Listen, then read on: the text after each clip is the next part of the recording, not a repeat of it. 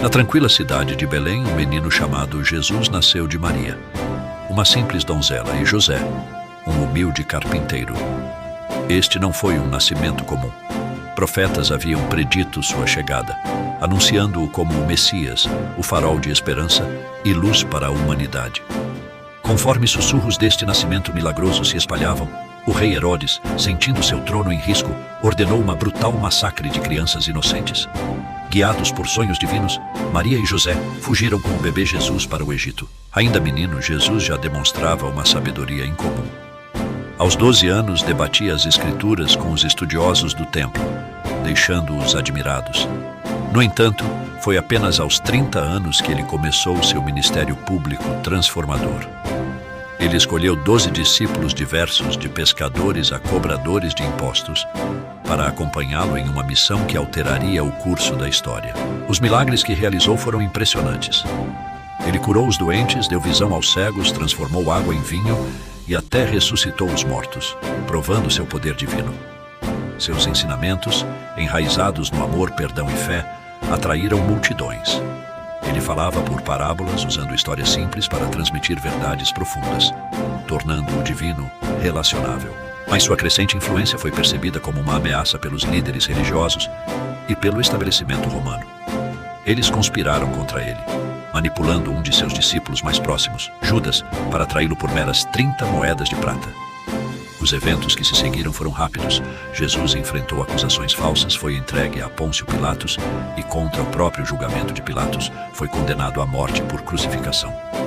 Após horas de dor e ridicularização, Jesus proferiu as palavras poignantes: Pai, perdoa-lhes, demonstrando seu amor e misericórdia ilimitados. Seu corpo foi levado e colocado em um túmulo, selado por uma grande pedra.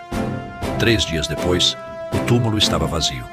Jesus ressuscitou, apareceu a seus discípulos e a muitos outros por mais de 40 dias, reiterando seus ensinamentos e enfatizando a importância da fé.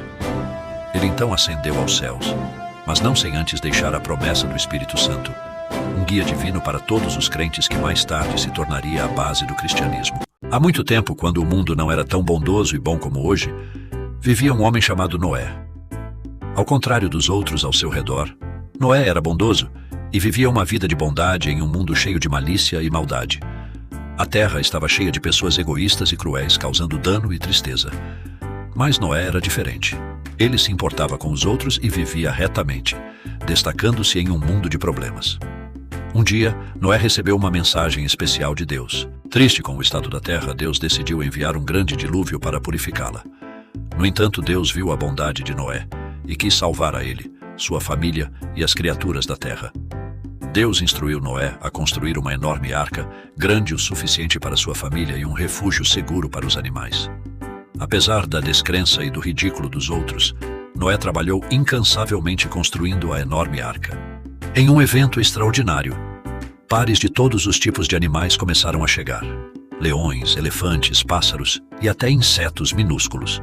Eles vieram para a arca como se guiados por uma força misteriosa, prontos para serem abrigados do dilúvio iminente. Então a chuva começou crescendo de uma garoa para um dilúvio torrencial cobrindo a terra em água. Seguramente dentro da arca, Noé, sua família e a miríade de animais flutuavam sobre as águas crescentes. A arca era um refúgio lotado e movimentado, cheio com os sons dos animais. Noé e sua família assumiram a imensa tarefa de cuidar deles, garantindo que cada criatura fosse alimentada e segura durante seu tempo na arca. Após semanas, Noé enviou uma pomba para buscar terra seca. Em sua primeira viagem, ela voltou de bico vazio. Mas na segunda viagem, ela trouxe de volta um ramo de oliveira, sinalizando que a terra estava próxima e as águas estavam recuando.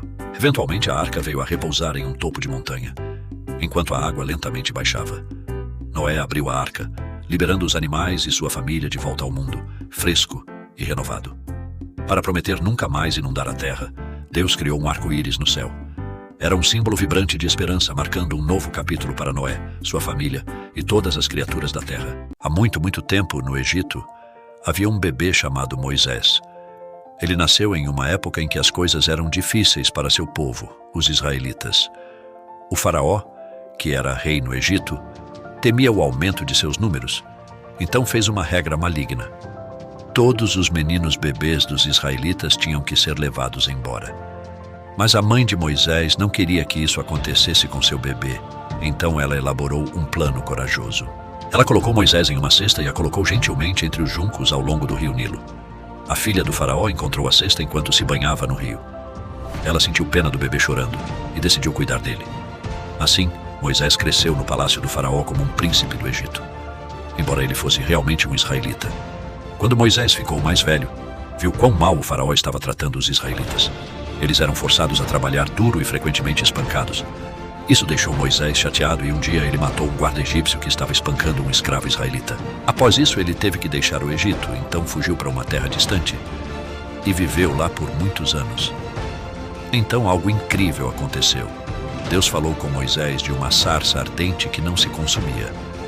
Deus disse a Moisés para voltar ao Egito e pedir ao faraó para libertar o povo israelita. Voltar ao Egito não foi fácil. O faraó não queria ouvir Moisés, então Deus enviou 10 pragas para convencer o faraó. Havia sapos por toda parte, insetos e até escuridão durante o dia. Finalmente, após a última e mais triste praga, o faraó concordou em libertar o povo israelita. Moisés liderou os israelitas para fora do Egito, mas sua jornada não havia terminado. Quando chegaram ao Mar Vermelho, o faraó mudou de ideia e os perseguiu com seu exército. Mas Moisés confiou em Deus. Ele estendeu a mão e algo incrível aconteceu. O mar se dividiu em 2 e os israelitas passaram por terra seca. Depois de estarem seguros, o mar voltou ao normal e o exército do faraó não pôde segui-los. Moisés e os israelitas finalmente estavam livres. Eles viajaram por muito tempo até chegar a um monte especial chamado Sinai. Lá, Deus deu a Moisés os 10 mandamentos, que eram regras importantes sobre como viver e ser bom um com o outro. A vida de Moisés foi cheia de aventuras e milagres. Ele começou como um bebê em uma cesta e cresceu para ser um grande líder que ajudou seu povo a encontrar a liberdade e mostrou-lhes o caminho para viver de maneira bondosa e justa. No início, quando o mundo era novinho em folha, havia um belo jardim chamado Éden. Ele estava cheio das flores mais coloridas, as frutas mais suculentas e os pássaros mais alegres. Neste jardim, Deus criou os 2 primeiros seres humanos, Adão e Eva. A vida no jardim era como um dia interminável de brincadeira e alegria. Adão e Eva exploravam esse lugar maravilhoso, conversando com os animais, descansando à sombra de árvores magníficas e desfrutando das frutas mais doces. Entre as inúmeras árvores no jardim, uma se destacava: a árvore do conhecimento do bem e do mal.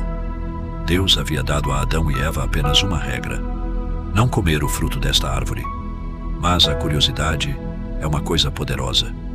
Um dia, uma serpente astuta se aproximou de Eva. Ela sussurrou um pensamento tentador: coma o fruto e você será tão sábia quanto Deus.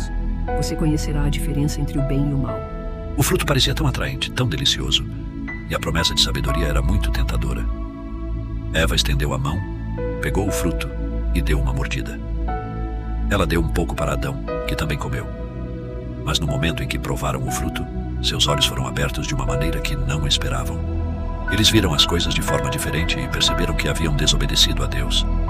Eles sentiram medo e vergonha, emoções que nunca haviam conhecido na alegria do jardim. A consequência estava clara. Eles não poderiam mais permanecer no Éden. Deixar o jardim foi difícil. Os portões do Éden se fecharam atrás deles, e pela primeira vez, eles sentiram o rigor da vida fora do Éden. O mundo era áspero e indomado. Adão e Eva tiveram que aprender tudo do zero: como cultivar alimentos, construir abrigos e sobreviver aos elementos.